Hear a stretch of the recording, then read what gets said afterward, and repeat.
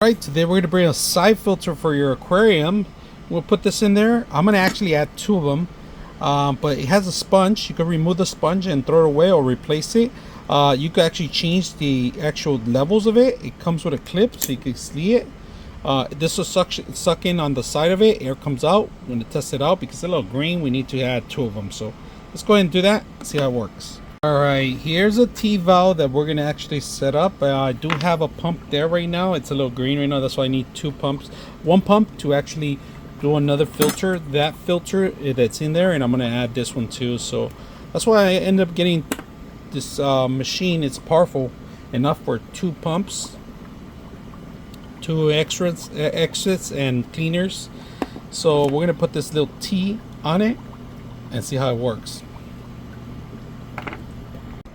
Alright, here's a T working. You guys can see the air bubbles coming in, so it's working. This is a little quiet. I like this one. This is my favorite one. So you do need a powerful one to make sure you're pushing the right amount of air, right? Just make sure you wear that, right? Look at this. It's working. It's pushing all the air out now.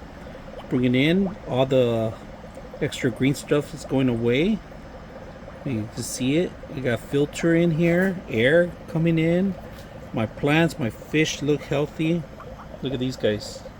Got lots of plants. I gotta remove them, but at the meantime, these are just new grown plants I just added in there, so they got plenty of oxygen.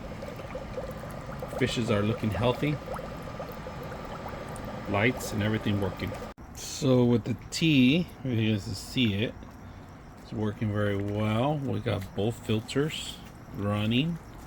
Air's bubbling very good. It's sucking up all the dirt, and you can see it on this one actually. Let me see if I can zoom in. But you can actually see it here, the sponge, how much is actually working. So very simple. Hope you guys enjoy the video.